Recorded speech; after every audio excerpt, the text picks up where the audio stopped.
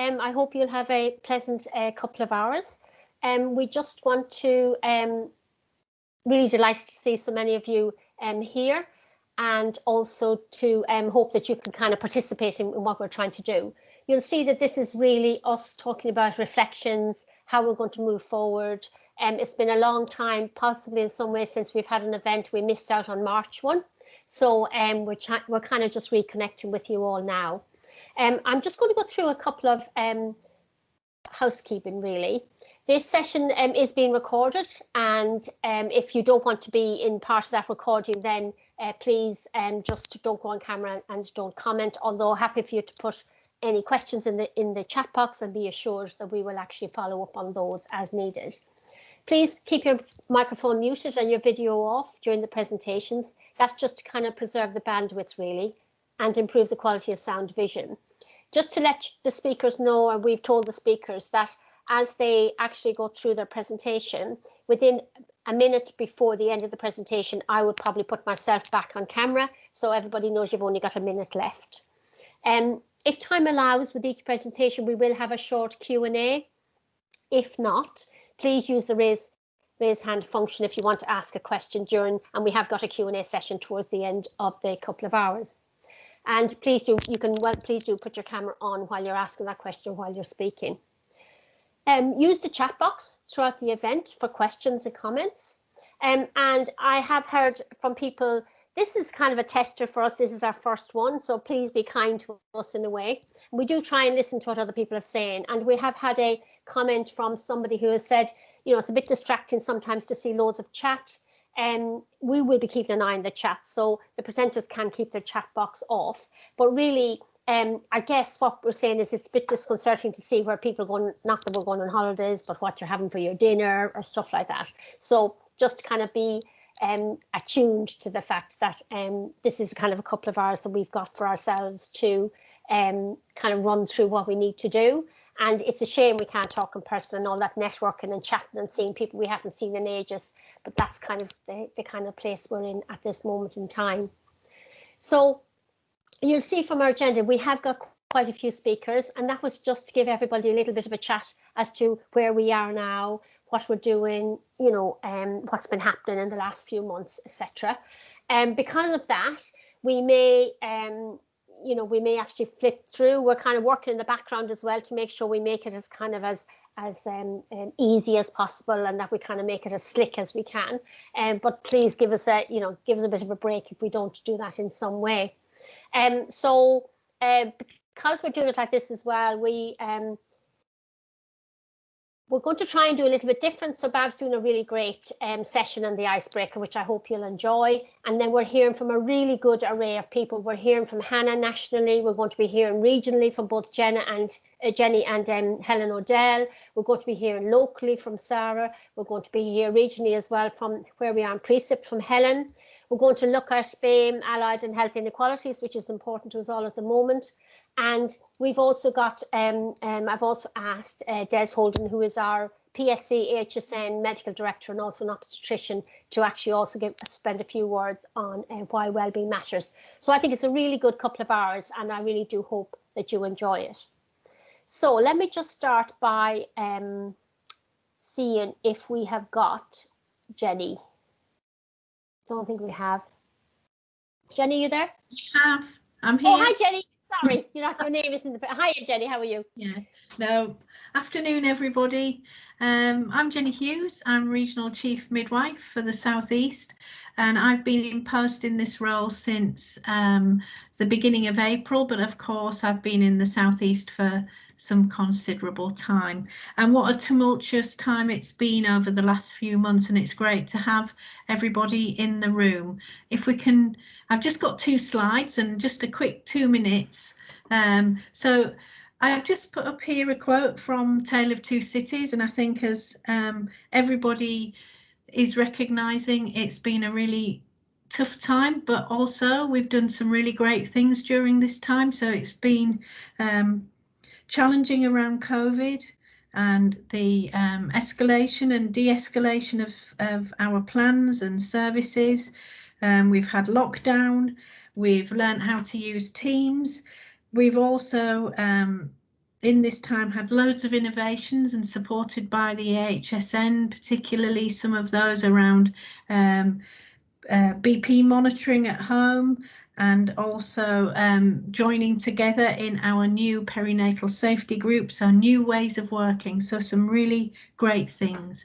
But what we do know as well, that on the less positive side, is that women at the beginning of the pandemic gave birth without partners, or with partners just for a very short period of time, that there's been an increase in stillbirths during the COVID period, and not many particularly due to COVID, but we think probably around women's reluctance to access care, and also the non-face-to-face appointments that have been really great to support women in being able to have close relationships with their midwives and maybe divulge domestic violence in a way that they've never been able to discuss that before. But also those appointments have been more problematic for us to pick up problems with women too.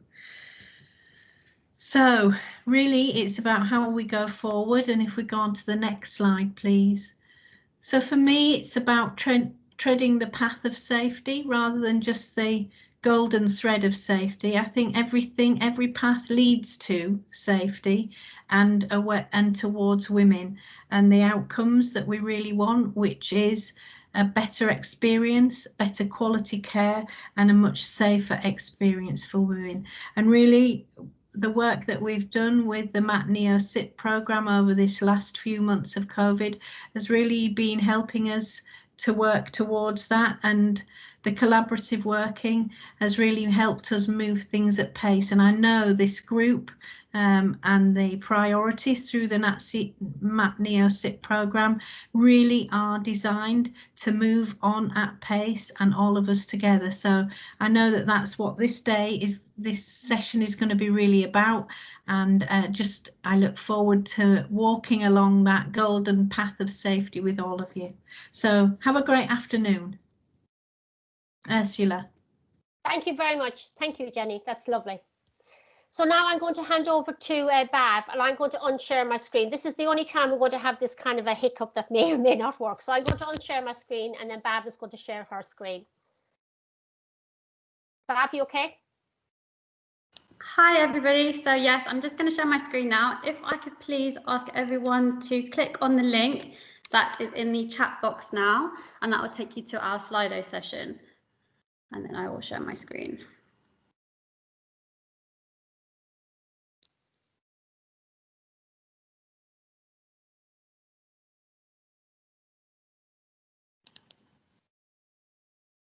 Okay, can everybody see this? Ursula, can you see this? Yep. Perfect. So if everyone is now logged on through that link, we're going to first ask you which Disney character most closely reflects how you feel today.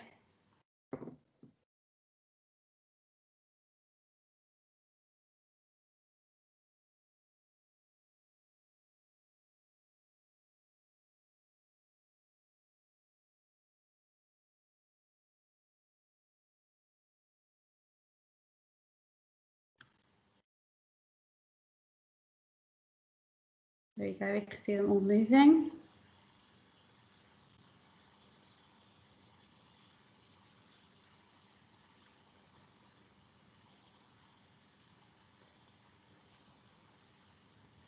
Right, I think that's everyone voted. So it looks like here, oh, we've got a tie, Sleeping Beauty and Robin Hood. So most people here are feeling curious and innovative, and tired and unmotivated. Oh dear, that's sad. Okay, on to the next question. Something that inspired you in the last week.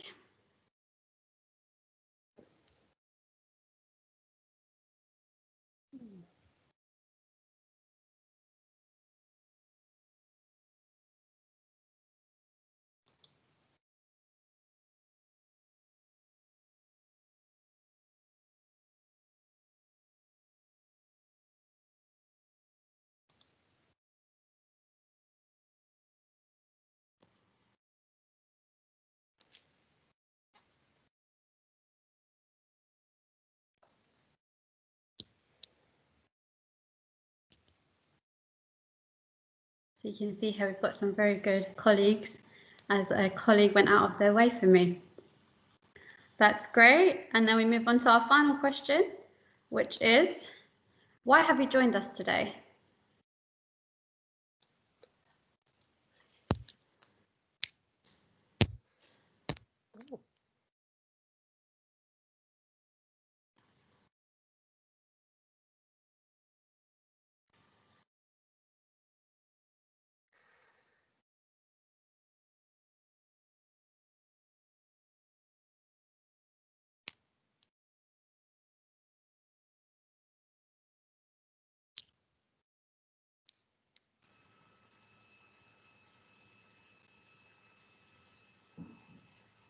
Okay, so don't stop moving. So here we've got everyone, most people are here to increase their knowledge of MatNeo and update on national direction. So thank you everyone for joining this Slido session. I'm going to hand back to Ursula. Bav, can I just say to everybody, you actually can use this for revalidation, you know, guys. Just to say, nobody put that down, but you can. Okay.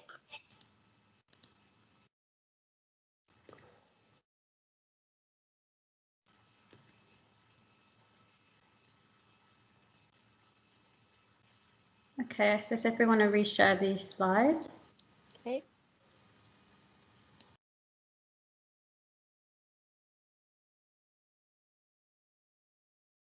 Can you see that now, Bav?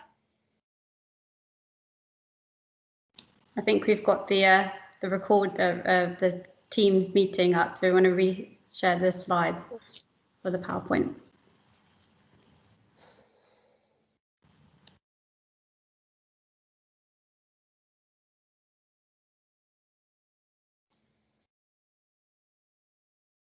You see it now, Bav?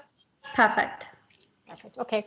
So now I'd like to introduce Hannah. Hannah is working with the NHS improvement team in London, and she very kindly has given up a couple of times this afternoon to actually spend with us. So I'll hand over to Hannah now. Hi, thanks Ursula, and thank you for inviting me to your first event within the Patient Safety Network for phase 2 of moving forward. I'm Hannah Rutter. I'm the Improvement Manager with MatNeoSip and working alongside Ursula in KSS. I've been asked here today just to give you an outline of what phase 2 is going to look like. It is a real whistle-stop tour of what you can imagine is a larger piece of work. Could I have the next slide, please? And just the objectives of this presentation being that to just give you the overview of the aims and ambitions of the MatNeoSip, and also actually, you know, patient safety networks have changed their name a few times over the period of MatNeo. So just to give an overview of the patient safety networks, really. Next slide, please. I don't want you to actually get too attached to this slide. I've just popped it in there just to remind you of what the programme aim is, but this is now going to be the older driver diagram. If you'd like to move to the next slide, and you're all going to go at me. So you're very lucky. This is the first outing of the new national driver diagram for you all to look at and digest. Can you make the screen bigger at all?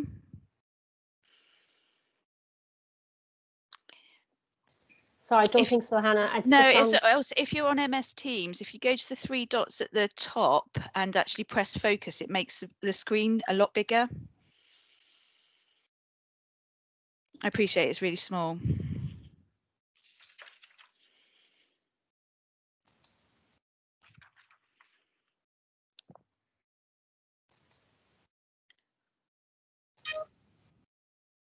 Okay.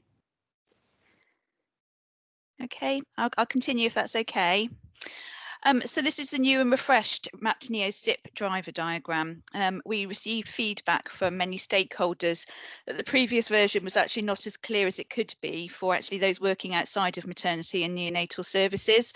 So for your layperson who actually would like to see what work's going on in maternity, it was felt that we needed to refresh and actually, so we have refreshed it and have therefore amended the primary drivers to actually reflect the stages of the pregnancy continuum and aligned the secondary drivers accordingly, also kept the key enablers. So I appreciate this looks really comprehensive, and it is the most comprehensive version we have, and wanted to share with you the fuller version rather than the smaller versions, because this also has the key enablers still embedded within it.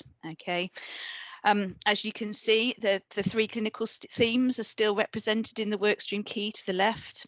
There are no changes to these, and they will continue to align to the work of the NTP, care bundles and themes from the national reports.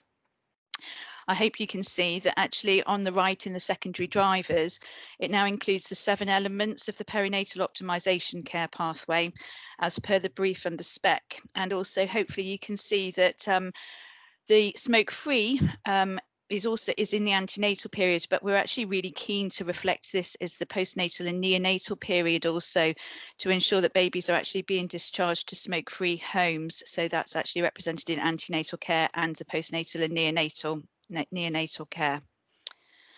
Next slide, please. These will all be sent out to you, so hopefully you can have get it on your own screen and make it big and have a really good look at them. These are the 8 key enablers for system safety. For the purpose of this presentation, I'm just going to provide an overview of the big 5, which are currently on the right-hand side of the circle. And addressing inequalities, as we all know, is really important and key at the moment. And actually really understanding our local health inequalities to ensure that we select the interventions required to improve the lives of those with the worst health outcomes, in the quickest way that we possibly can. And moving around the circle to patient and carer co-design, I hope we all appreciate that actually this is a fundamental component of the improvement work, ensuring that the co-design with women and families is representative of actually the population and diversity that we serve. Moving around the bubble again to safety culture, just an update on safety culture and where the national team are. So by March 2023, MatNeoSip will have offered further safety culture surveys to all maternity and neonatal care providers.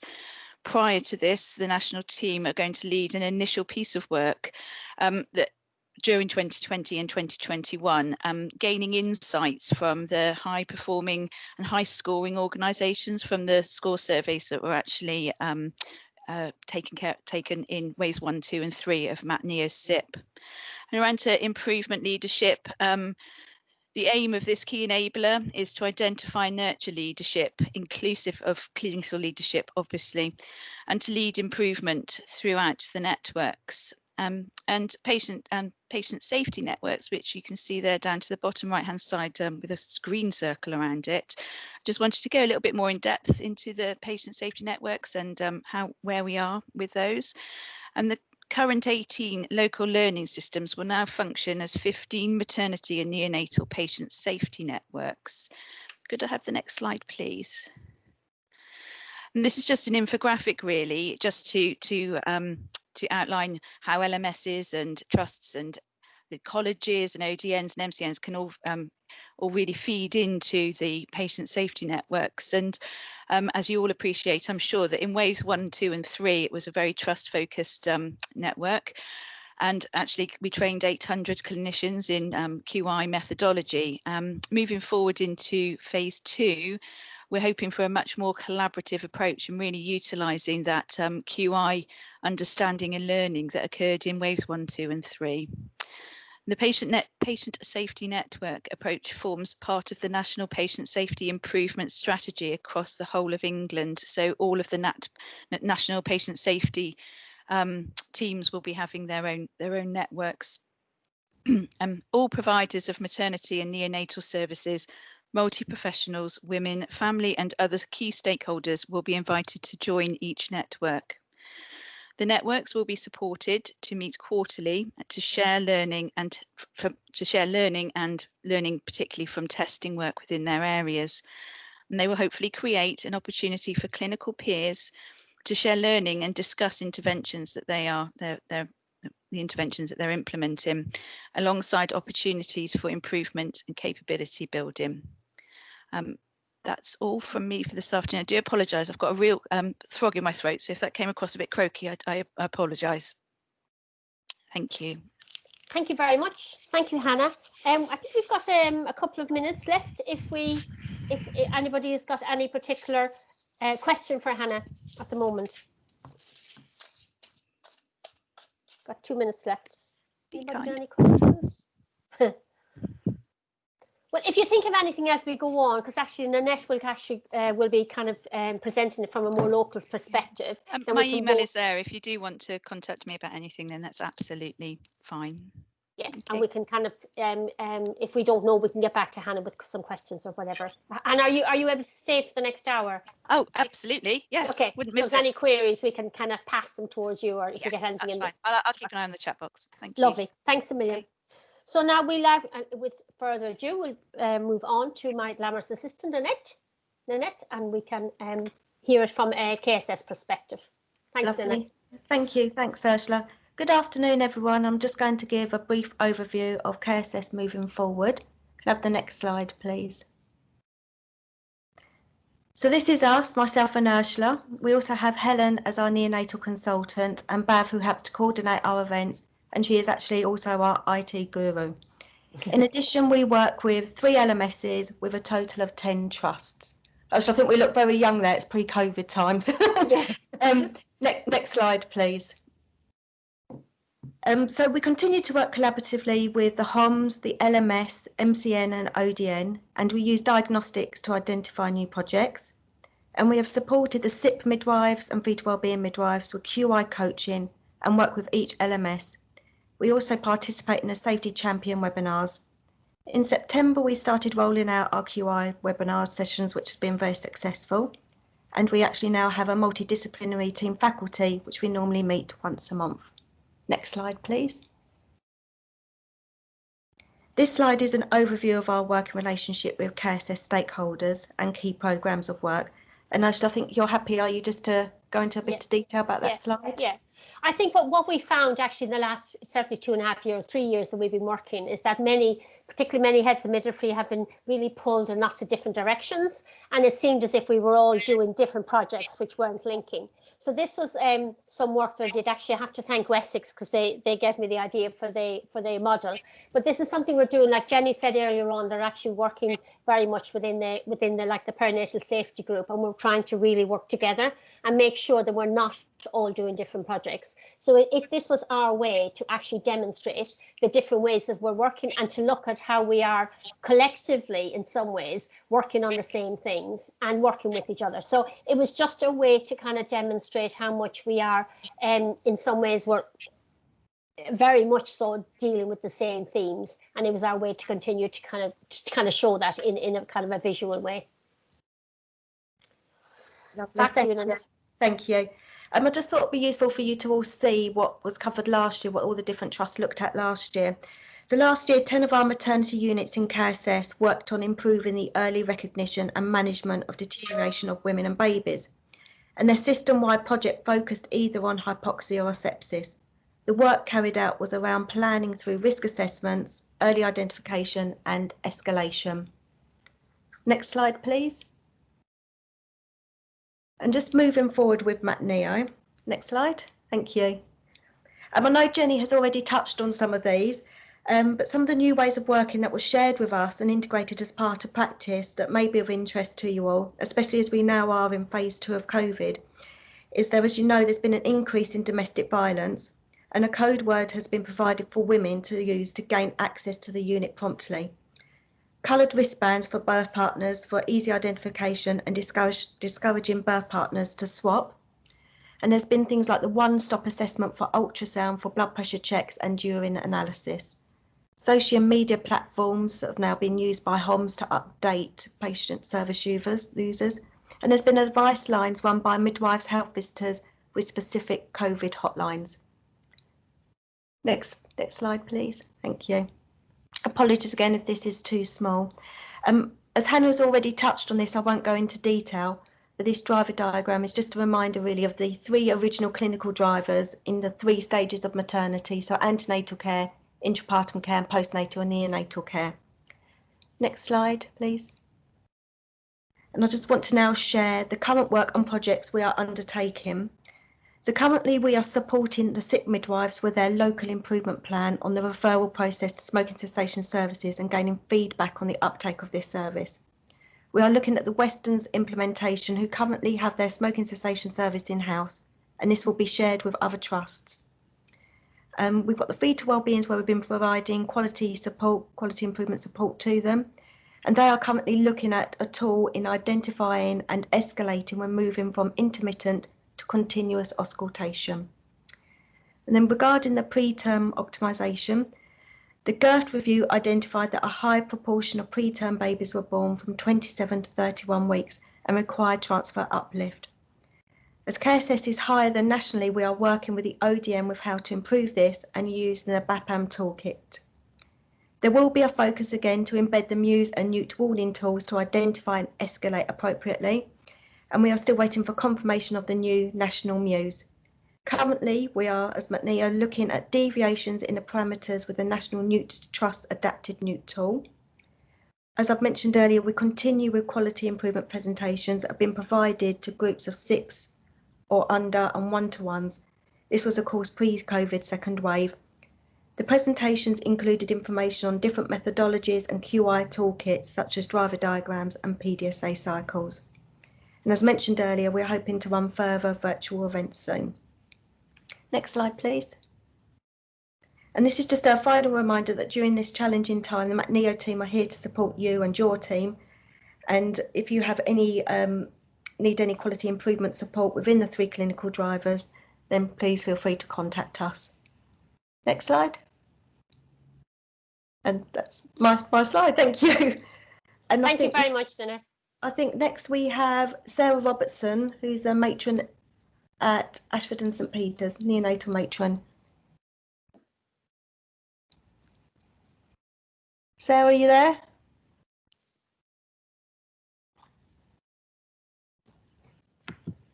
Hi everybody. Yeah. Hi. Oh yeah, hi Sarah. Hi Sarah. I'll move the slides on for you. Just say next. Thank you. Can I just send my apologies to my colleague Sian MacDonald.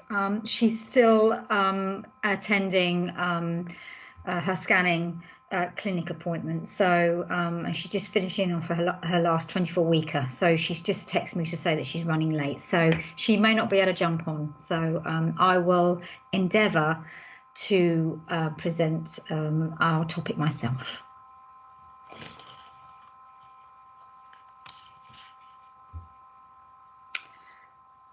Okay, thank you. Just one back. Thank you, Ursula. Okay, good afternoon, everybody. As always, I'm absolutely delighted to be presenting anything that occurs at St Peter's in Chertsey. We have a very passionate neonatal team and obstetric team, and together we class ourselves as the perinatal team, and we feel that re-energising MatNeo locally is really, really high on our agenda at the moment. And I just want to go back to the point about the icebreaker, the Robin Hoods and the Sleeping Beauties. And this is really relevant, we feel, to MatNeo and working together, and especially during the COVID times that we've had in the last 9 months. We are exhausted, we are overdone, but we still have enthusiasm, and we still want to succeed in all our goals. And that's particularly the case in maintaining safety for our women and our babies that come to the neonatal unit. So yeah, I really enjoyed that icebreaker. So what I'm going to present to you today is probably, most of the units are probably doing it, but from a St Peter's perspective, we feel that starting the perinatal daily safety huddles has really helped to bring us together. And I think for me, that's what MatNeo is about.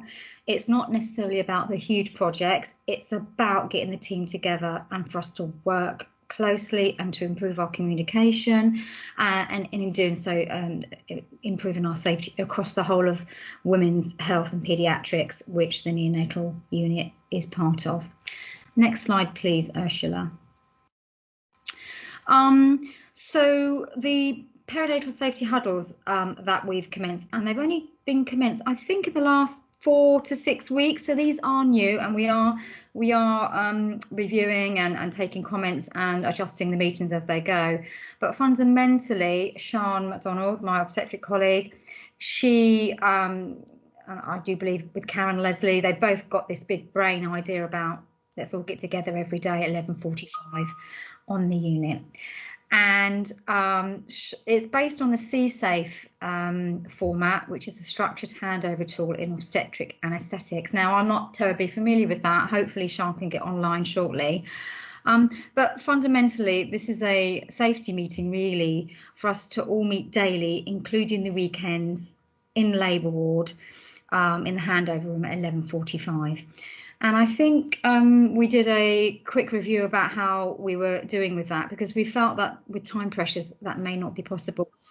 But I do believe there's only been 2 or 3 days in the last month that we haven't been able to get that safety huddle, and that has been on a weekend basis. Next slide, please, Ursula. So I'm sure it's not unique, as I said, the safety huddles, but we like to think at St Peter's we do things slightly uniquely, and we do ask that specific attendees attend that meeting to make it successful, to make it a proper perinatal huddle. And as you see, they're on the screen, and it's a mixture of labour ward, obstetric, anaesthetics, and neonatal team. And for me, I've jumped in a few of these because, as you see, I'm not actually required to attend the meetings, but I do occasionally come to the meetings and the huddles, specifically when I have concerns and worries, but sometimes just to see who's around and how the unit is, how busy the unit is on labour ward. But what's been really, I think, from our point of view on neonates is getting to know the anaesthetic colleagues, which sometimes, you know, we would have walked past in the corridor and not known them. So for me, that MatNeo aspect is really key on knowing each other so that you can work together quite effectively. Next slide, please, Ursula. So we have a format that we follow for our safety huddles because we like the same things to be discussed on a daily basis. We have an agenda so that we don't miss out on any important points. And as you see, we always discuss any critical instances in the last 24 hours, which is really pertinent to us because often the critical instances involve a traumatic birth of a baby, for example, which is so relevant to all of us. But they can be other things like datexes, massive hemorrhaging, etc., etc. And we would like to come together to discuss that. We talk about all the sick patients in HDU and potential admissions to us, of course, but also the neonatal team get a view about what's going on in the maternity wards as well, which is a good insight for us because we can predict things that come through, but also to understand the pressures that maternity staff are under. Always talk about at-risk patients, of course, mothers and babies, of emergency cesarean sections, the major hemorrhages, and anaesthetic problems that we may come across, which includes safeguarding, which is all great information so that we can ensure the journey of our women that come through is really looked after in detail. We also talk about all the follow-ups. For example, we had, I'm sure this is not unique to us, but tracking of placentas was becoming a bit of an issue, and we've tried to streamline that process at St Peter's. So we generally talk about all placentas as well, which is a little bit bizarre, but we talk about all placentas that we've got, and do we want to keep them or can they be disposed of, which is really important, especially for a baby that's become septic in 24 hours. We can say we really want that placenta, let's have a look at it, or no, it's not required. Excuse me, my puppy's just come in the room, sorry about that. Proven really good for analysis and for us to work really closely with our antibiotic assay, for example. We also talk about review of admissions to the neonatal unit, which is really important to us. We'll talk about epidural and anaesthetic issues, and I think that's been really important because we've got to know the anaesthetic team, which has been amazing. There's been a consultant anaesthetist that I've never met, so putting face to each other is really good. So I've got to know who our anaesthetic consultant is, and I didn't know him to look at, so actually it's really nice to have a face to an email, for example. Other issues we discussed, staffing obviously is always key. We talk about staffing, any sickness plan, and we talk about planned sections in main theatre. I just want to go back to staffing and sickness, and that's even more pertinent at the moment with COVID, with our self-isolation and our shielding that's come back in. So, you know, as we know, those issues impact on the safety of maternity and neonatal unit. So it's really, really, really good to talk about those. And we currently have our planned sections occur on main theatre, which is a different building to where we are at the moment in Abbey Wing. So this is really critical for us to know about the planned sections in main theatre to anticipate if the neonatal team need to go over there. So that's been a really good sort of QI project for us, managing deliveries in main theatre, the planned sections. And of course, what we've added in recent weeks is in the latter part is the COVID positive women and suspected. And as we know, in the last couple of weeks, that is the numbers have increased on our maternity unit, and we've seen them increase around the neonatal area.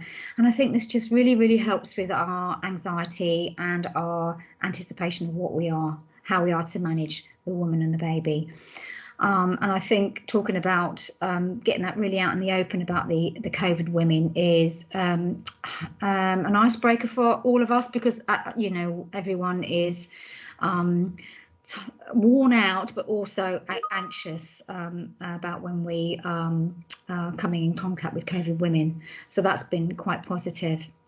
And also we talk about clinically vulnerable women of all aspects. And I think that has been added to the agenda in the last week as well. And that could include domestic issues and safeguarding issues. So it seems like a lot, and sometimes the meeting's over 10 to 15 minutes, but all these issues are discussed, and we get so much out of it. Next slide, please, Ursula. So we've seen multiple benefits from having the perinatal safety huddle, and these are only a few, but to us from the neonatal field, actually, we feel that the human connection with our maternity colleagues has benefited hugely.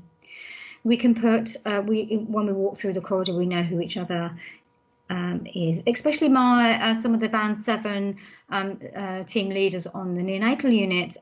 Sometimes they were not aware of who the obstetricians were, etc. And I think the human connection has been huge, and actually talking to each other face to face has been really, really good. And I've put there knowing your team members. It's really, really important to know your team members. In a crisis, to know your team members is absolutely crucial, and it's hugely helped with that.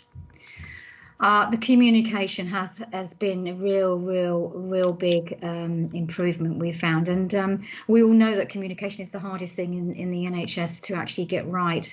But I think we've all felt that the communication has improved throughout our division. And of course, what MatNeo is all about is collaborative working. And we do feel that this is really it's really helping us work very closely together and collaboratively, and we're really thrilled about that. Just a quick few other things. I know my time's running out. Greater understanding of staff and unit pressures, absolutely, especially when in utero transfers are decline, for example. That's brought up. But actually, when we have that huddle, we can really appreciate the staff pressures that are under, especially when sickness is discussed and staffing issues. We also immediately learn from incidents on that day, which is such a powerful way of learning from incidents, and that is really a great addition to the daily safety huddles and our working throughout. It's really fabulous. The learning from incidents is great. Ursula, how long have I got left? Less than a minute. Okay. I managed to get in as well. Sorry. Oh, Sean, grab on. We have a better understanding of real-time risks across the unit. It's so important to know that. These are all things that we take for granted, but actually they're high on our agenda, and we felt that we've benefited from all of those. It also allows staff to anticipate risks of the COVID women, of the neonatal admissions, of the IUGR babies down on the postnatal wards that may come up. Better patient flow as well. We move patients on. We discuss what's going on the postnatal wards and the antenatal wards. So we do feel that better patient flow is also achieved from this. And as my colleague Sean has just jumped on. Sorry. Sian, please have the last word. Please have the last overall word about our perinatal safety huddle at St Peter's and how you feel it's impacted our unit. What I would say, it's been a really simple thing to implement, and I know lots of units do, lots of places will do them separately, and I actually think for us working together as a perinatal group rather than as obstetricians and neonatal teams has been really, really powerful. It's the small things that actually just make a big risk and that big difference, and actually just getting to know each other on a human level, and anaesthetist knowing the neonatal team, and those small things, actually being able to put a name to a face when you're talking about people makes such a difference. So hopefully it's here to stay, but it seems to be really well received by people, so that's positive. It's lovely to see both of your enthusiasm. It's great. And I think that's one of the great things about MatNeo. I think it's brought maternity and neonatal services together like nothing has before, I think, really. It's been really, really good. Yeah, really good. We're moving all of our governance to perinatal governance, so it's not obstetric, it's not neonatal. Yes, there will, I think every quarter there's going to be separate, but actually we're trying to do something as a perinatal unit, which actually is so much better. Just so the learning out of it is so much more usable and meaningful. That's brilliant. That's great. Thank you both. Thanks very much. Sorry, Shan, you had a clinic. Sorry, we tried to move it so you wouldn't get caught. So but obviously we didn't do it very well. But patient. And can I just finish on one thing? Is that I think we all get nervous when there's we think there's so much that is needed for MatNeoSip, you know, lots of paperwork, lots of admin, lots of extra hours, but actually it is possible to do little effective things on a daily basis that don't require a huge amount of input. So I think that's my lesson from this, is that the little things really do make the big things work perfectly. Brilliant. Thanks very much, Sarah. Thank you. And now we've got Helen. Actually, haven't seen Helen in the participants. I'm not sure if she's been able to join us because I know she had something. I'm here. Oh, hiya, Helen. Hiya. Great to see you. Thank you. So I'll move on your slides for you if you just say next, and I'll move on to the next slide. Yeah. Brilliant. Thank you. Okay, thank you. So next slide. So thank you, Ursula, for inviting me to talk today. So I'm here in my regional safety champion role, but some of you all know that I've whizzed down to Portsmouth to be their interim director of midwifery in my spare time. So I'm just doing that from this week as well. So first of all, just a little bit about the regional safety champion role. So it's very much a role around supporting the units, and you should all know who your safety champions are. So we should have obstetric, neonatal. Obviously, you've got an executive safety champion as well. And so the aim is that I link in with them and make sure that maternity safety is really high on the agenda. And I've attended one meeting so far. I'm still waiting for the invites to come through for some of you, but I'm hoping they will come very soon. But, you know, what we've just heard about what Sarah and Sian are doing at Ashford and St Peter, that's a really good thing to be sharing with your executive safety champion. And I see that Andrea was on the line earlier, which was great. So, you know, how do our executive safety champions know what's going on if we don't tell them and don't meet with them? So it's about just making sure that those are taking place. So I was asked today to talk about CNST, and I just want to say thank you to Julie because I completely plagiarised her slides. So this isn't my own work, this is Julie's work.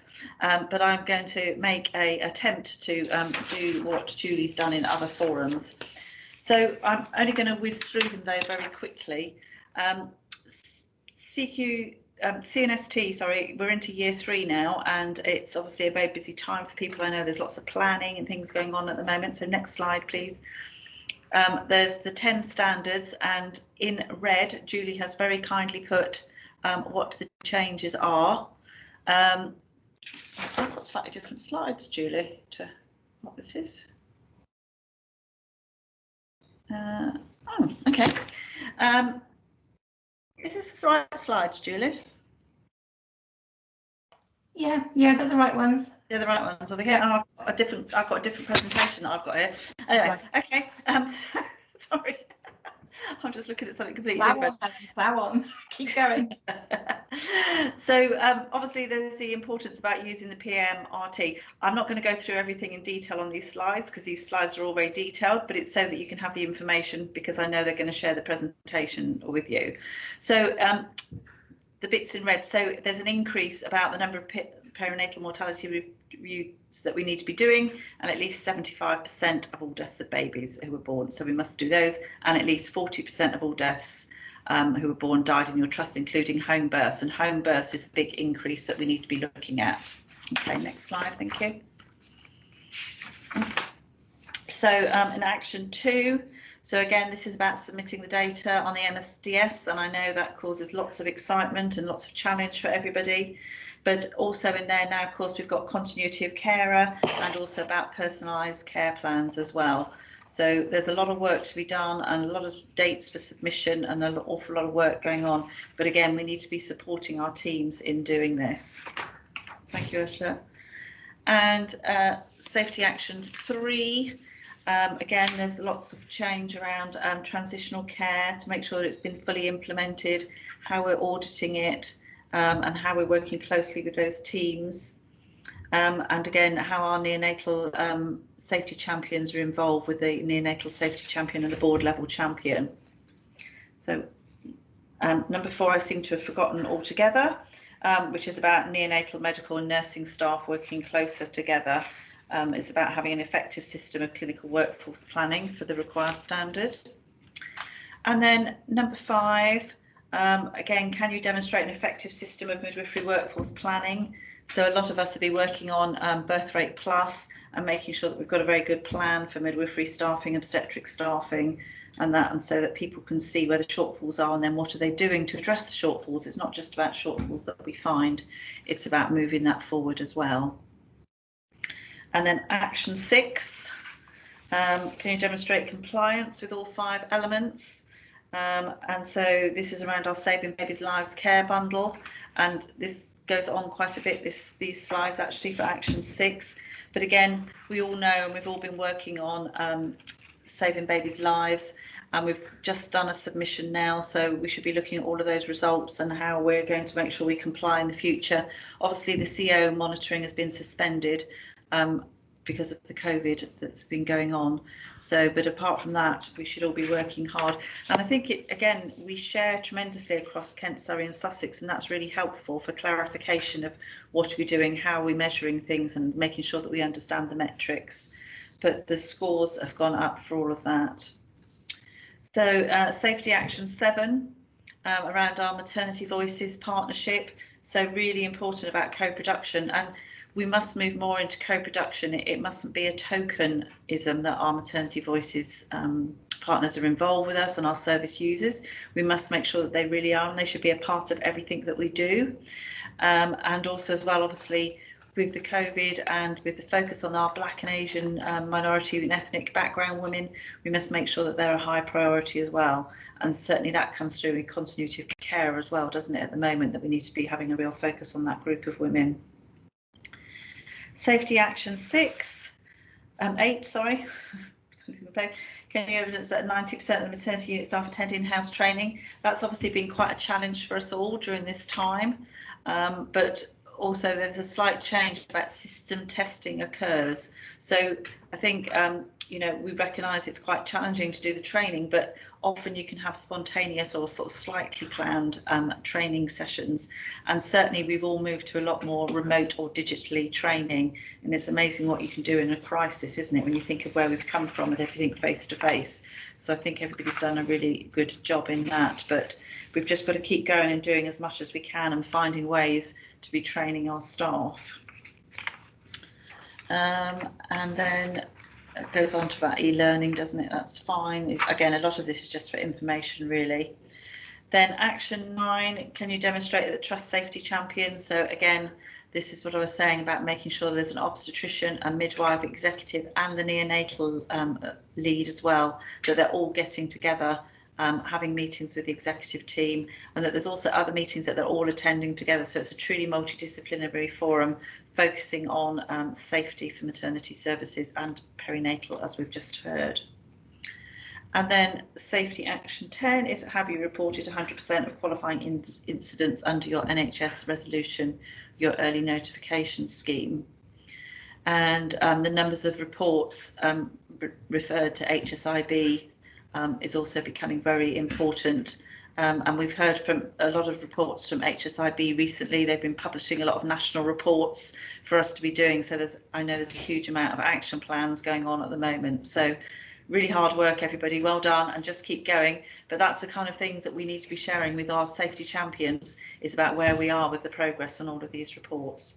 So thank you very much. I think I'm out of time, Ursula. Thank you very much, Helen. That was a lot of information, but the slides will go out and everybody will, at least they can have it, can't they? And kind of it's a really good way for us to kind of review what's needed for MIS at the moment. So thank you very much. Summary, camp through. Lovely, and thank you. Best of luck in your head of midwifery role for the next however while. Take care, thank you. Thanks, bye. Yeah, so our next talk, we just wanted to reflect and have a perspective of obstetricians and lessons learned and sharing lessons from COVID-19. So we sent out a survey and we had fewer numbers that responded. Probably that could reflect that at the moment, I think people are exhausted with surveys. However, the information that was collected was actually quite useful. So we also looked at the national survey that the BMA had conducted on 7,800 doctors. And of those, we had more than maybe closer to half that were hospital doctors. But within the context of this survey, they didn't categorize it in terms of specialty. So to know whether our colleagues in obstetrics and gynecology and how they felt during that survey by the BMA. But nevertheless, I think some of the themes that emerged from this are quite similar. So we'll just go through some of the thematic analysis that we got from this short survey. So on the sample size, there were 8 obstetricians in gynecology, but in essence, it was 7. One of those was a trainee, but also quite useful information from a trainee in obs and gynae. Next slide, please. So first of all was about antenatal virtual clinics. We want to find out how they felt doing clinics differently and doing remote clinics. And all of them, they said that this was acceptable to use. However, there were some challenging areas. The areas of concern say that in case of poor signal, I think those who are using Attend Anywhere, if there's a poor signal, then it becomes very difficult to communicate with the patients. And also they raised issues that sometimes they can ring the patient, but they cannot get hold of the patient. And that can be a problem because then they'll keep on ringing until they can get through to the patient at another time. And if you are to review scan reviews, it's very difficult and complicated on the virtual clinics. So those are the few areas that they felt that probably were areas that posed as a challenge. Next slide, please. So I don't know whether you can see this and whether there's a way that we can focus in. So exploring that theme from the BMA survey that interviewed about 939 doctors in terms of remote consultation to your patients, it's amazing that a lot of them, they said, yes, they did understand why we needed to do remote control. Some of them, they did it because their units had told them to do it. But some of them, they found that it's actually quite useful to protect those patients that they don't need to come to the hospital environment. Others, they said it didn't make, any change into their practice. So it's just interesting just to compare that at least majority of the 939 doctors that were interviewed, a lot of them, they found that virtual clinics or remote control clinics were actually more practical for those patients that actually didn't need to come within the hospital environment. Next slide. And we wanted to know whether introduction of these virtual clinics,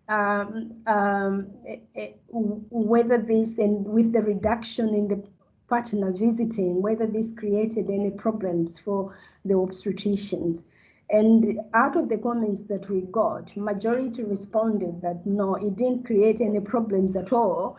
However, some noticed that there were some complaints noted via PAUs because of partners being unable to attend antenatal clinics or to attend maybe scanning appointments.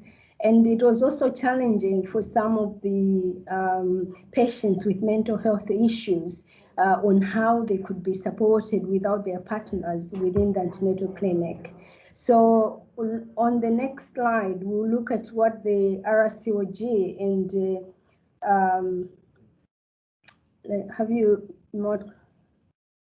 Yeah. So if we go to the next slide, please. So they had another question as well. Sorry, my slides seem like they've been mixed up, but that's fine. On the remote consultation as well, yeah, I wanted the RCOG one. Yeah. So on the RCOG, RCM and partner visitation, actually this was welcomed because initially during the wave 1 COVID, there wasn't any consistent approach amongst many maternity service providers or many maternity units in terms of what was allowed and what was not allowed. And there were mixed messages to patients, and to some, this created a bit of confusion and as well as problems. But with the guidance that was published on the 18th of September, it's kind of brought some consistent that across all the maternity services, what they can provide and what they cannot provide. So this was actually a lesson learned from the first wave in preparation. Should we have another wave, how maternity services can support partner visitations. Okay. So yeah, next. So we looked at how does remote consultation impacted upon their working day in the following areas.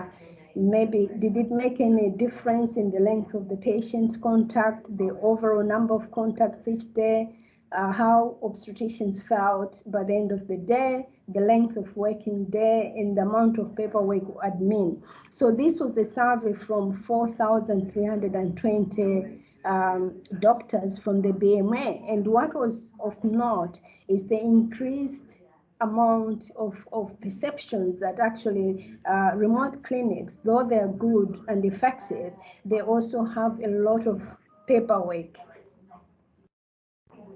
Okay, next slide, please. Okay, have you been involved with COVID specific pathways of care? Half of the obstetricians that we consulted, they said they didn't get involved in making specific pathways within their units. However, they supported the use of those pathways and they agreed to use them during this second wave. However, some expressed concerns that it's quite intense to make these pathways, and before units can make a pathway, then maybe 2 weeks later the RCOG will release an update, and that means they have to change again. So it was a constant reviewing and changing of pathways, which was time exhausting. They felt that it might have been better to have an insight of what the RCOG was preparing so that they can prepare the pathways much better. Next slide, please. So we wanted to know how they've been coping, coping mechanism during this COVID time. And the positive things came out of it. Some of them said through exercise, running, spending time with the family, jigsaws for time out, ensuring safety, autopilot, and some just accepting the facts and aiming to do the right thing. And also others, they found that colleague support, I think peer support was quite important. And so what were the positive lessons? So definitely the introduction of postnatal contraceptive services, that was one of the things that came out. Virtual clinics, that was another thing that came out. And Teams meeting. On Teams meeting, it was a bit split because some thought a good attendance of governance meeting and all the meetings that are necessary, but others also complain that because meetings are on Teams, people are not giving enough notice. They just assume that because it's on Teams, then they will be able to attend the meetings. The telephone triage appointment prior to seeing the patients face-to-face was something that was important. They felt that it could save money and petrol for the patients, and having one-stop clinics that could accommodate all the needs of the patient, they thought that this was efficient as well. And also working remotely on laptops and doing admin work was more efficient than looking for a desktop to do the work. So some said that actually it's shown that if we are more zealous and we put a lot of effort in what we do, we can actually achieve that. And the majority found out that support from the senior management and forward thinking was quite essential during this time. Next, please. So what were the areas of concern? These are some of the themes that came. No social interactions. It seems because a meeting is virtual, then expectations everybody should attend with short notice. And some said that, despite all measures, risk is not zero. So there are also emotional costs to the stressful period for everybody involved. And some people felt like some were not flexible and adaptable to work in this situation. So, it's kind of, people need to be working selflessly and also considering other people. Next slide, please. So when we asked them what are the areas you think we could improve, and I think some, they thought like maybe obstetric simulation for COVID cases would be something that should be happening and important. And the other ones, they said just to be kind to one another, work together in a team and be kind to one another. And regular session updates as well, to remind people of PPE protocols so that people don't become complacent, and also talk properly to one another as human beings and learn from the root cause analysis and also support the mental health well-being of the obstetricians and the gynecologists involved. Staffing levels, I think, was one of the main issues as well. So when we compared with these areas of concern to what the BMA survey found, I think there was not much of a difference. So if we go to the next slide. Yeah, go next one. Yeah, so I don't know whether you can be able to focus that. So on the BMA survey that was done October 2020, I think staffing shortages were the main areas of concern from the doctors in the second wave of this COVID. And some, they said personal health and personal mental well-being, that was a problem as well. And they also ability to cope with the pressures, and that was an issue as well. So I think the top three things of concern is the staffing shortages, support for mental health well-being of the obstetricians and gynecologists, and also ability to cope with the pressures that come with the COVID. And if we go back to the other slide,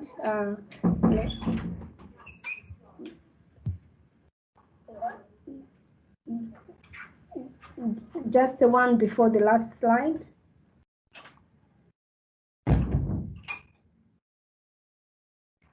Yeah, so on the suggested areas of improvement, as we can see, some said that they felt like reintroduction of the maternity incentive scheme in a climate of second COVID surge was very unhelpful, but that was just opinion of others. As I said, the survey was on 7 obstetricians, but the findings, if you relate it to the BMA survey, it's not different. I think the themes that emerged from this small sample is similar to the themes that have emerged in the BMA survey. So that was all that we wanted to find out, how obstetricians are perceived, or the lessons that they learned from the COVID pandemic. Thank you. Thank you, Jim. That's great. We've got a couple of minutes. I'd just like to ask one question. Yeah. Yes, sorry, sure. Do you think it's worthwhile continuing with this questionnaire? I mean, Fab, you're on. Do you know how many questions we sent out? How many people we sent it out to? Sorry, I'm in the clinic. My apologies. Yeah, sorry. What was your question, Ursula? I'm just wondering. I mean, we only sent this questionnaire out last week. I'm wondering if we should reopen it, whether it would be of any use to actually continue and trying to get more, or do you think the answers that we've got is probably the same for most of the obstetricians who are working currently? I think when I compared the responses that I had from the 7 sample, and I looked at the BMA survey that they did over 4,300 doctors, the themes that are emerging are not different from the themes that have emerged from this survey. But by all means, I think it would be quite helpful for us to resend it, probably maybe at the end of the second wave, or just to do it more wider and get more people involved. And it may be that we may need to focus to say, what are the lessons that we can learn from COVID to improve the general care of our women, you know? Yeah. Well, we can work on that, can't we, as part of our faculty, Jim? We can work on that. Okay, thank you very much.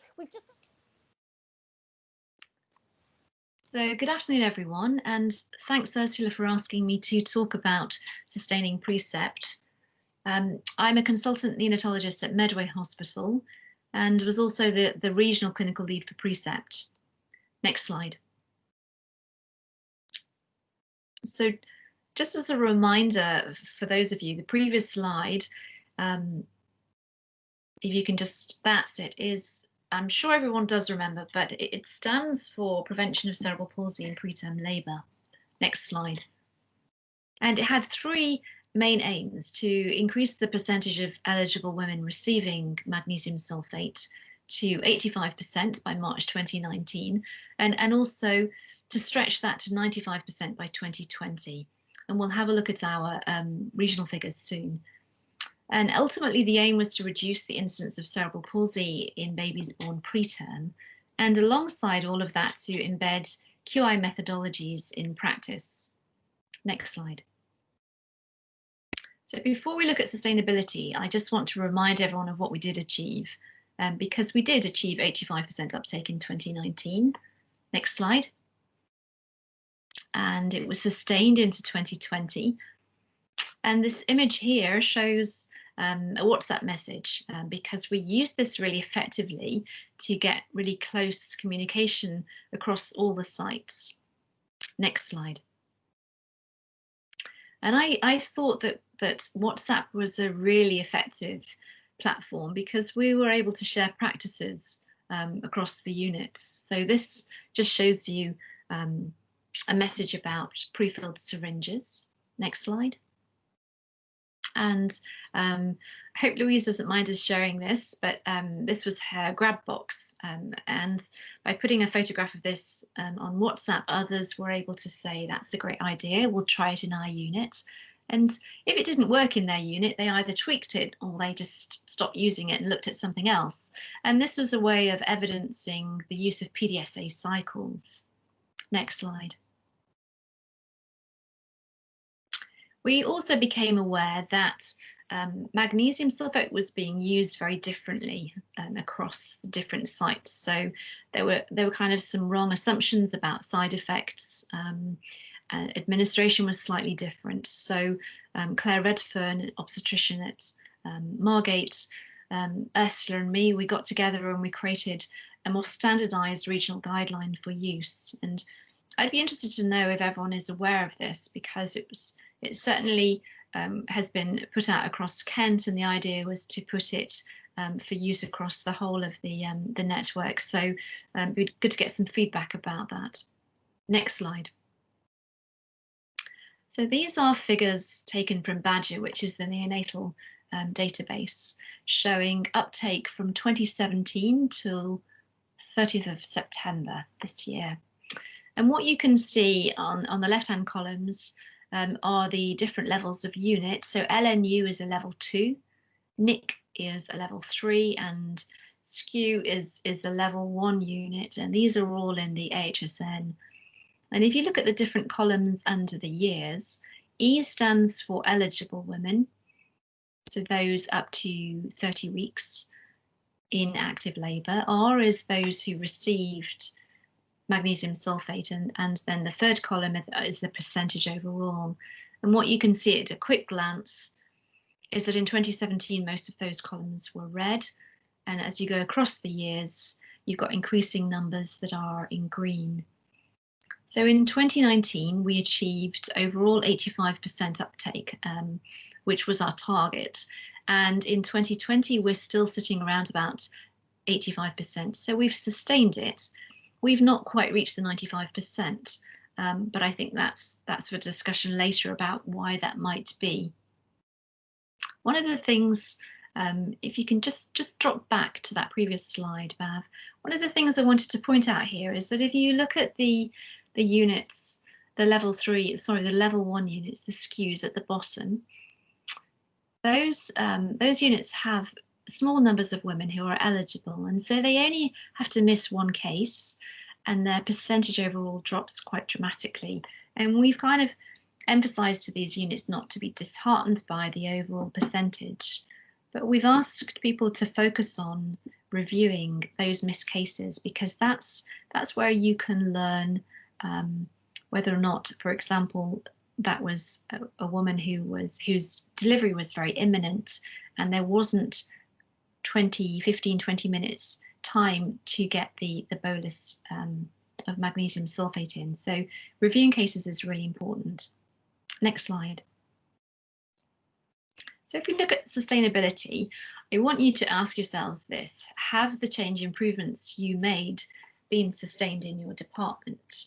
Next slide. But also remember that quality improvement takes longer than expected to take hold, and longer still to become widely and firmly established in an organisation. And this is important because, we can't expect necessarily to achieve that 95%, but it doesn't mean to say we should be disheartened by that. Sustainability is about holding those gains, and we have shown that we've been able to do that into 2020, and evolving, definitely not going back. Next slide. Sustainability is a collective responsibility. Why is this important? Because during Precept, we had Precept midwives. They had allocated time, and they may have felt individually that responsibility was with them, but actually it isn't. And now those midwives don't have necessarily dedicated time. It's important to check in your department. Does everybody in your team really understand what their personal contribution is to this? And can you as a department say, well, this is the way things are done around here now? So it's about not letting things return to the old ways. Next slide. This is an NHSI sustainability model, and in my reference slide I've given the link to their website, and it's worth looking at this because it also gives guidance about how you can sustain change improvement in your organisation. What you can see here is that there are 3 main factors to sustainability. It's about staff, it's about process, and it's about the organisation. And if you look at staff, you can see in the top circle, training and involvement. Well, our Precept midwives did a lot of training, teaching staff the purpose of magnesium sulfate, its mechanisms, and the kind of things they needed to do to ensure that eligible women were treated quickly. And in doing so, the training led to changes in behaviours. But it also shows here that the importance of senior leaders and clinical leaders within departments. So it's about saying, you know, do your senior midwives understand the role they have to play, and what about your governance leads, your midwifery leads, your the clinical lead for the department? Does everyone understand that they need to be keeping an eye on the percentage of women being treated and any missed cases? Next slide.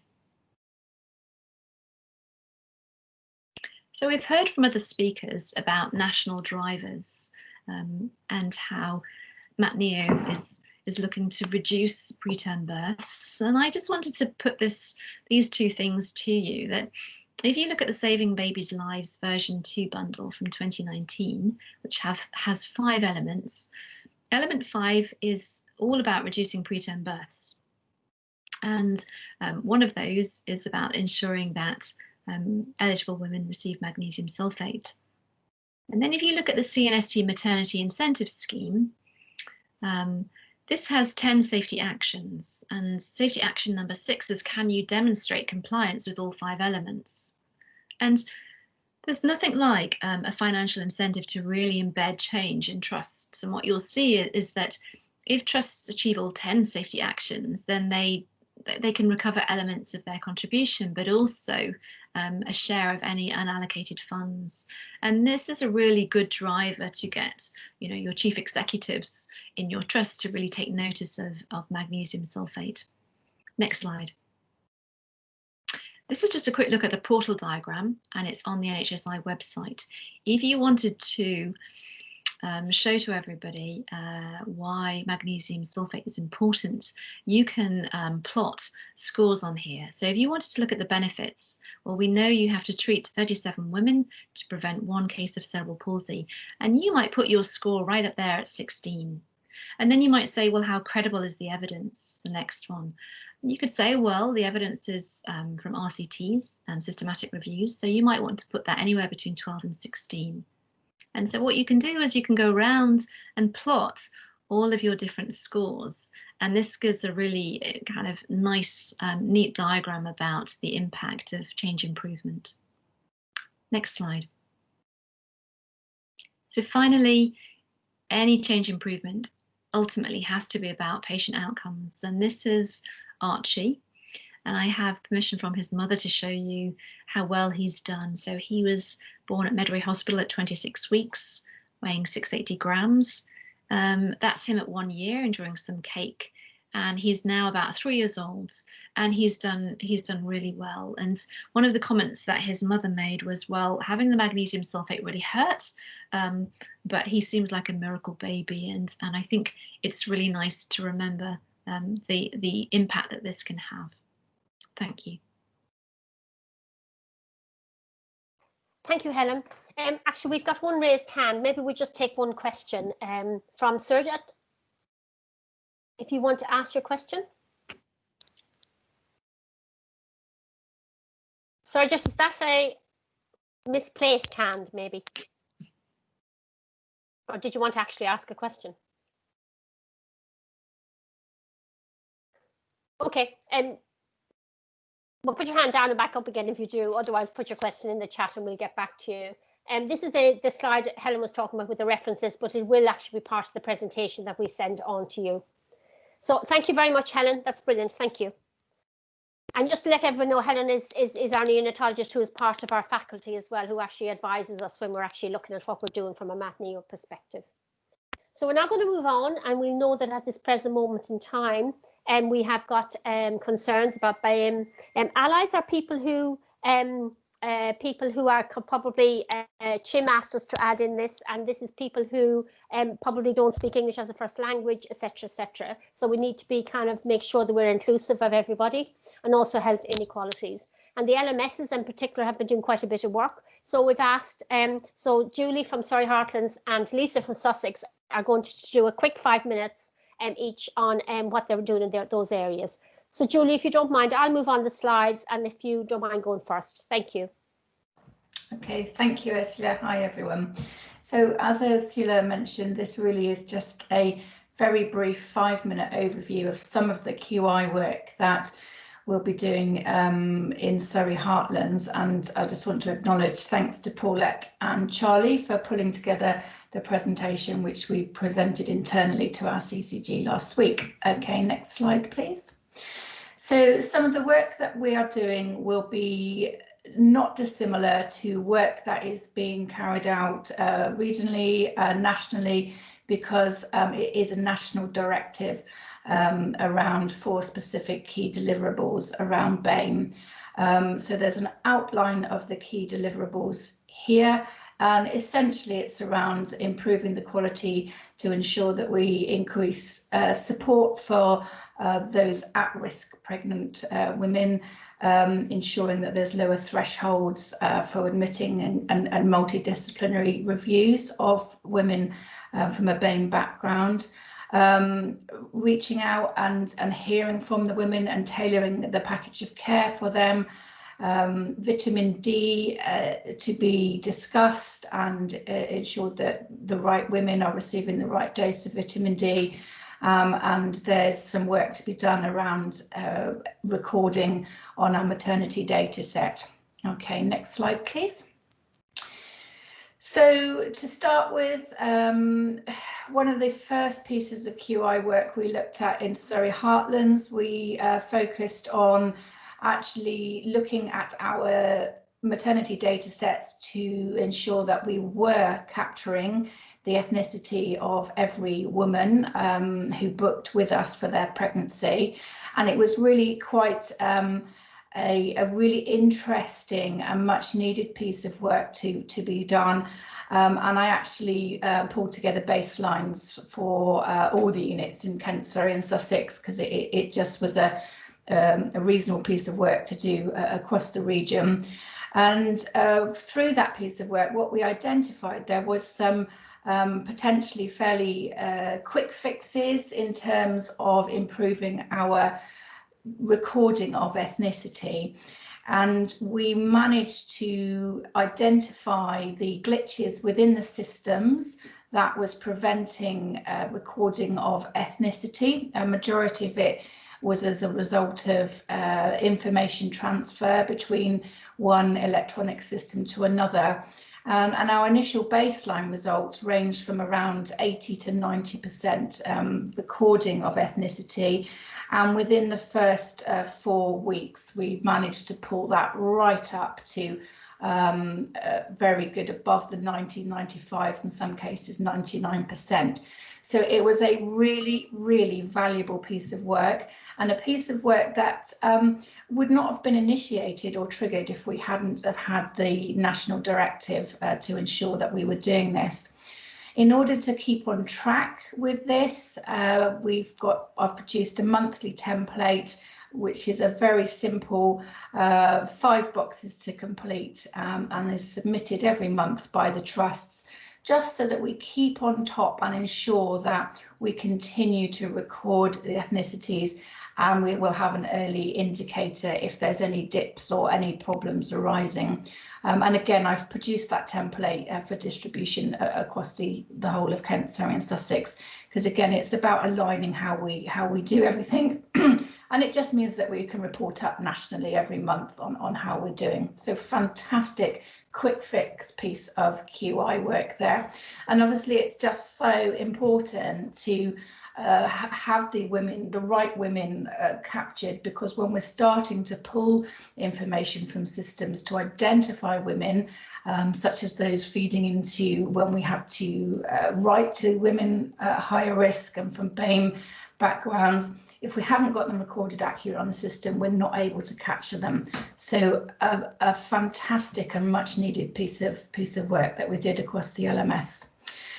In terms of how we're reaching out and supporting our BAME women, we are in the process of analysing the feedback from an LMS-wide listening event for BAME women.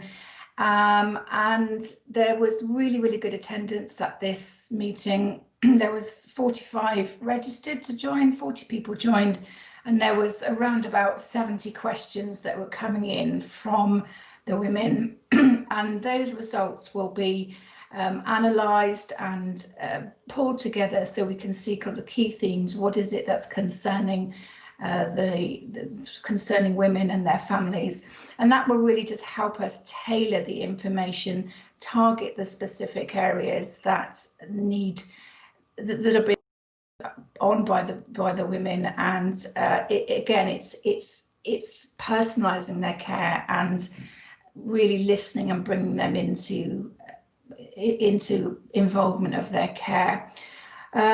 So there's a poster that's been designed and sent out.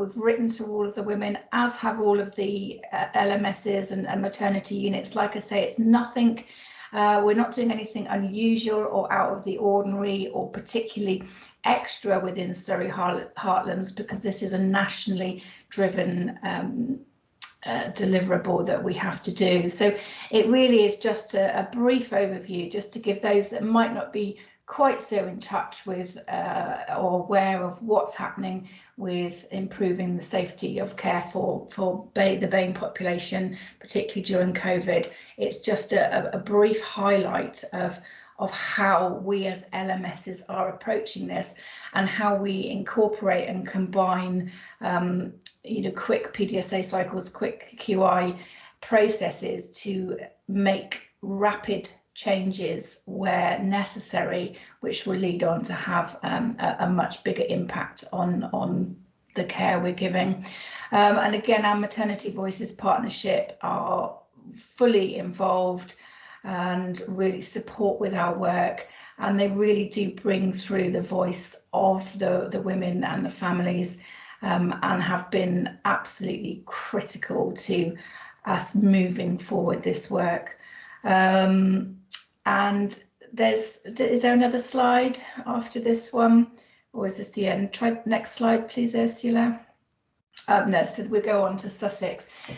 So like I say, similar messages across the across the region, all working towards the same goal. And I think that's a really great approach, because as we've already heard from Sara from Ashford St Peters, it's the little things that make the difference. And if we're all doing these little things, and we're all doing the little things which are aligned to the same deliverable, then overall then we're going to achieve big things.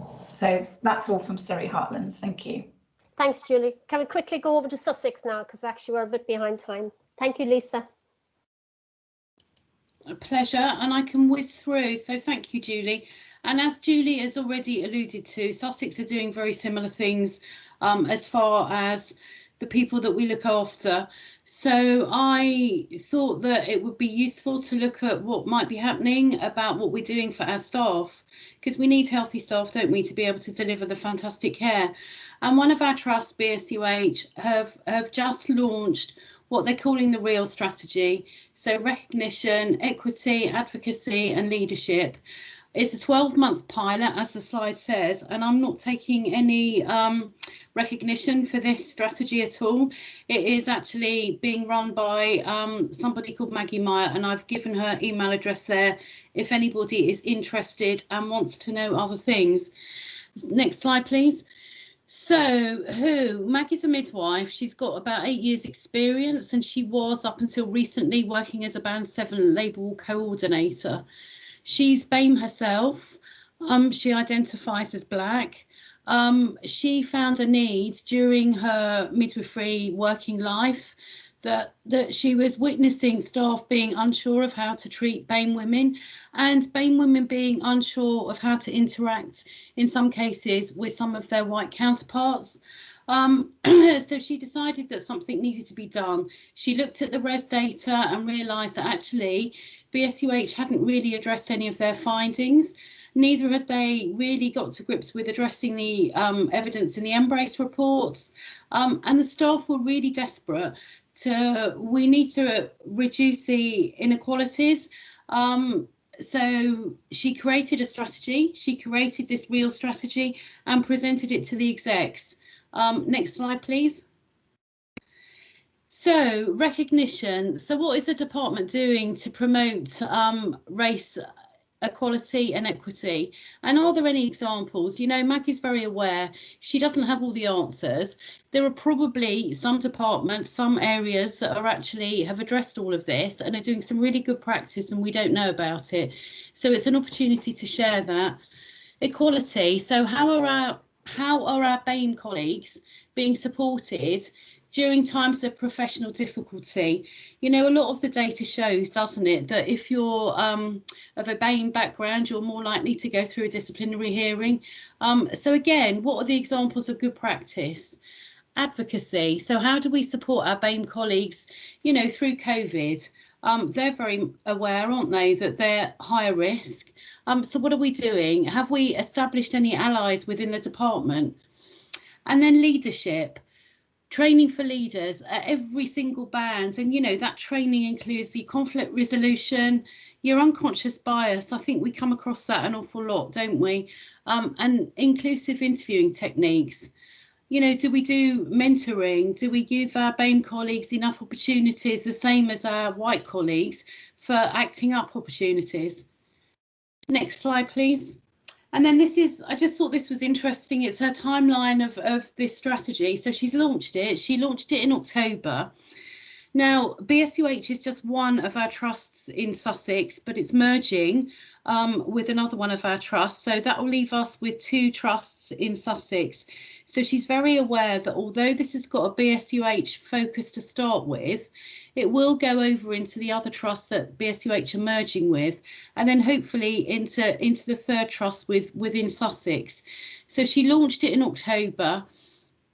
December, she's doing lots of engagement events, lots of stakeholder events, trying to identify who are the ambassadors, who are the allies, and doing a needs assessment. And then that needs assessment will form part of the activities that will happen around February time, and establish and get a real embedding and establishment of the engagement. And then in May, she's hoping to hold a conference where the strategy can be spoken about, good practices can be shared. And then in July, she'll review the findings, and in September, present it to the senior execs at the board. Part of the activities, because I spoke to her about, let's not leave anybody out if we can in Sussex. Part of those activities, she's going to be going into universities and helping the university with their selection process, because we're very aware that, you know, our midwives don't necessarily represent the population that we look after. OK, any questions? Lisa, Sorry, thank you. That was a very whistle-stop tour. No, but it's really great the way that one of you have done it from the women's perspective and family's perspective, and you've done it from the staff's perspective. That's brilliant. It was really, really good. Thank you. That was great. Any questions? What we might do is put them in the chat box. Lisa, you can stay till the end, can you? Or Helen, have you got one question before we? Yeah, it's a question really about inequalities for women. And just speaking from working at Medway, we have quite a lot of women who come over from East European countries and don't speak English. And I always worry a little bit about the information that they're getting and access to translators, you know, through pregnancy and their neonatal stay with us. And I wondered if anyone had come across inequalities that had been evidenced at that level of information giving. Helen, it's a real issue. We are trying in Sussex to address the translation service, because that drives me to distraction, because at 2 o'clock in the morning, it's the quality of that translation very much depends on who is answering the phone, doesn't it, of the translation service. So we are trying to address that and try to make it you know, an even service across the 3 trusts. We're all very aware, part of the BAME work that Julie was talking about, we've all identified our top 5 languages. I know that's not going to be necessarily enough, yeah. But we are very aware, all of us, of our top 5 languages. So anything that is produced, we're definitely translating into those top 5 languages. Yeah. I know it's not solving everything, but it's better, you know, it's addressing it. It's starting to address the problem. Yeah. And maybe that's something through MatNeo, because we have so many kind of friends around the whole of Kent, Surrey and Sussex. If we've got among the 10 units, maybe what we could do is maybe those top 2 or 3 languages aren't the same in every unit. And then in that way, maybe we could spread out, actually, you know, maybe information leaflets that may be in use. Maybe that's something we can do together, have a look and see actually what there is in each of the units and look to see whether we're all doing the same languages, or maybe we've actually got some resources in different languages that we could then share and adopt and share. Perhaps that's something we could do together. Thank you. That'd be interesting. Yeah. Thank you very much. Thank you, Lisa. Thanks, Julie. And Des, I'm really sorry we're 5 minutes late. So I asked Des because I really feel it's important that you guys realise that even though we're hoping that you'll be very involved in MatNeo, that we are also very conscious of the fact that it's a very difficult time to work. And I just thought, Des, we're really lucky that Des does a weekly letter for all of us who work in PSC and HSN, and I really enjoyed them. And I just thought it'd be really good if Des could maybe say a few words for us now. Thank you, Des. So thank you for inviting me, Ursula, and thank you everyone else on the call for tolerating me. It's true that by training I'm an obstetrician, and I was a consultant obstetrician in Brighton for 12 years, not a gynecologist, which I gave up as soon as I became a consultant because really my love was pregnancy and the labour ward.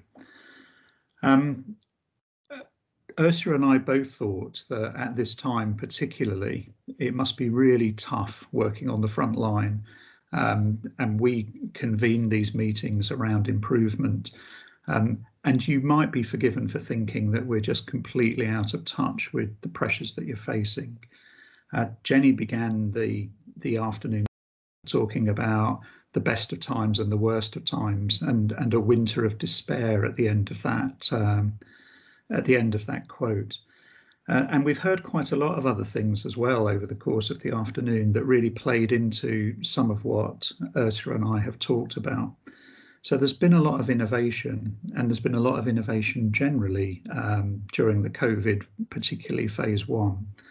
But some of that innovation puts you more remote from the people that you're used to being very close to, the women who are pregnant themselves, their partners, and sometimes other colleagues. And that must be quite hard to cope with. And we recognise that. We recognise as well that the ambition for this programme is to reduce stillbirth and neonatal death and brain injury by half.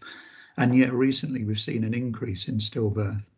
And I think it's very interesting that the theory behind that is that people have stayed away and not sought help perhaps when they should have done. And I just wanted to bring to your attention some work that National Voices have done, which is a charity that I'm very proud to occasionally work with. They did some work that looked at why people did stay away. And it may surprise you to know that the second most prevalent reason for people staying away was fear of COVID itself. But the most predominant reason for people staying away was they felt they were helping to take the burden off the NHS by staying away from care. Now that was a very impartial study done by people who were not involved in the care pathway. And although it was a small study, it's quite likely to be true. So the people who we are there to look after were staying away to help us. And I just think that's a very interesting observation. We're aware that there's an awful lot of QLI methodology within the patch. So although I was a consultant in Brighton, for the last 8 years, I've worked at SASH. And there we have a model very based on the Virginia Mason experience and funded by NHSI. Similar sort of methodology at Western, who began just before us and did it themselves with Virginia Mason rather than with NHSI. But there's a number of other methodologies within the region as well.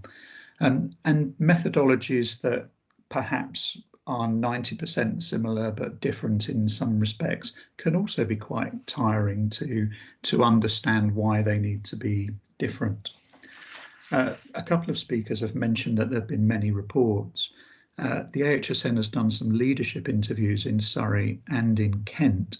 And one of the things that has been most difficult for leaders of health systems to tolerate is the kind of unending sequence of reports and advice and conflicting advice and updates of advice that have landed on their desks. And we recognise that that must be very similar for you. And I particularly noticed it when describing that, having done a lot of work on remote consultation, 2 weeks later the RCOG advice dropped through the letterbox. And I'm aware that autumn can be a difficult time as well. So very often there are staffing issues and staff seniority issues in the autumn. And certainly I always thought that September, October was a bit busier, 9 months after Christmas. And also, of course, 9 months after summer holidays, although perhaps this year we wouldn't be seeing a birth peak in the kind of March, April time. So we just wanted to say to you that we understand that it's extremely busy to be focusing on improvement and these kind of big, hairy, audacious goals that the nation has at a time where you're absolutely entitled to be thinking of your safety, your colleagues' safety, your family's safety, and the safety of the women who are in your care. But I was really pleased to hear some real positives come through as well. And in fact, really, I'd say the whole demeanour of the speakers who I've heard, and I've been on the whole of the collaborative, has really been very upbeat. So again, Chim was telling us really that despite everything, you are surviving. And from Sara and Sian, very much I took the value of what I tend to call huddles. So I really think a lot of QI methodologies are pushing that having a huddle at the beginning of a shift or at the end of a shift, or even the multidisciplinary ward round, such a lot of support that can come to all members of the team through that, and the kind of bearing witness to what has gone in the shift or what is coming in the shift ahead. And I really think that's an extremely valuable way of supporting each other at what is a kind of unrelentingly difficult time. I was smiling nicely, I hope, when Chim was talking about kindness. And it's so easy for kindness to be lost when we're tired or when we're pressured. And just to try and remember that kindness and how good it feels to receive it, and also how good it feels to give it. So I suppose in summary, and you can understand why I've not done any slides, we know it's hard. We know that we know that we're not there with you on the front line. And if there is anything that we can do to help, please do ask. I know some of you do contact Ursula because very occasionally she brings some of those asks to me, but please do ask. Don't think that in any way we would not want to hear from you and would not want to think about whether we could help. That's all I wanted to say. Thank you very much. And I hope you have a good weekend, particularly if you're not working. Thank you very much, Des. That's brilliant. Thanks. So we're just going to end the session, our kind of couple of hours together, which has been great, actually. It's been really relaxed and really good. We're just going to end the session with a question and answer. If there's any, Nanette can facilitate that. If there's any question and answers, you'll know Nanette works clinically as well, 24 hours a week. So she is our contemporaneous midwifery practitioner. So if you've got any queries or questions about anything you've heard, or just anything really to do with MatNeo, not what you're having for dinner tonight, as I said earlier, but anything you want to ask, please. Now we've got a couple of minutes. Raise your hand. Raise your hand.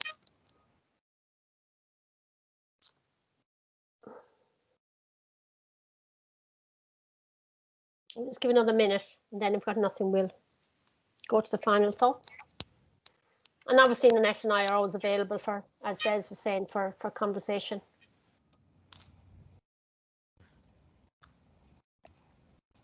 And we are hoping to maybe have a session with each of the units as time goes on. Nanette and I, we're going to do you won't know, but NHS Improvement expect us to do like an improvement plan, which they haven't asked so far this year. So we should be doing that in the next 4 to 6 weeks. So once we've done that, then we probably will start, hopefully. If you do have, like we know, and we're already involved with Maidstones, I think it's every second week they have like a MatNeo meeting, and we're involved in Medways, and we'd like to be involved in others. So if you actually do get together, just give us a shout. If we can jump on, then we certainly will. And then we can kind of then support you in the different parts of quality improvement work that you're doing. So I think, Nanette, you're off the hook. Oh, that was lucky. Okay, and I just finally want to talk to you about our curiosity calls. I don't know whether you guys remember, but we got some funding from the Health Foundation to actually do what we call curiosity calls.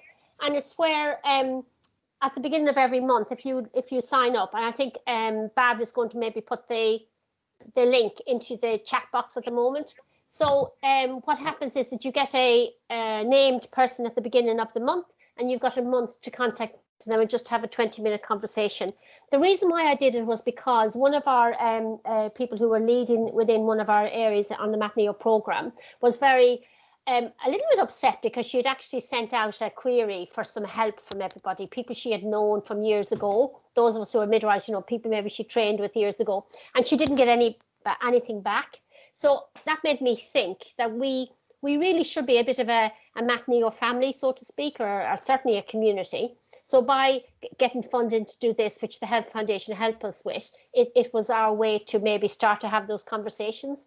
So I know that actually currently, I think we've had something like 132 conversations to date, but obviously COVID, we couldn't really promote it in COVID, etc. So we've kind of let it go a little bit, but as time, and now that it's back, we probably can't do it again, but please do sign up, because it's a really good way to have a quick conversation with somebody about, so what are you doing, or did you know about this, or whatever. I love them. It's only about 15-20 minutes, but it's a great time for me to get to know people. So, and I'm hoping it's non-hierarchical, so we'll have all levels of staff actually involved. So please do sign up for that. And then just to say, thank you so much for attending. It's been great. At one stage at the peak, we had 47 people, which is amazing, and that's really, really brilliant. And I'd like to maybe thank our team, who is Bav, who's our, as Nanette said, our IT guru. I'd like to thank Nanette for supporting us and everything she does. I'd like to thank Vic as well, who helped us today. Sharon in the background, Sharon, Ian from comms, Sharon from events actually helped us as well, and Karen did some of the admin work. So we've got a great team that actually helped us to do this. So there is a recording, and the presentation will also be available shortly. We do want to hear, we were going to be doing this, you heard from Hannah earlier on, we see this as our patient safety network. We're going to be doing this probably a minimum on a quarterly basis, but then we may also do what I might call these knowledge seminars on smoking, pre-optimization, etc. in between, but we'll obviously invite you to those as well. Please do an evaluation. This is our first. It's the first time we've tried to do this. We'd like to know how we got on, whether we could do things a little bit differently, etc. And I believe Bav is going to put the link into the chat box for that as well, although we probably will send it out. And if you want a certificate of attendance, then just let us know by adding your name to the evaluation form. And then, because I know we weren't sure what was happening, so we mightn't have given enough time, date time, apologies if we didn't give enough time, let you know when this was occurring. Our next one is actually going to be on the 12th of March. Although saying that, like I said before, we may have some knowledge seminars in between. So the 12th of March, we were thinking about 10:30 in the morning, because it's a Friday again, which seems to be quite good for reduced number of meetings. But if you don't like the idea about 10:30, or you really believe it should be a particular time in the day, then please let us know in the evaluations in the comments.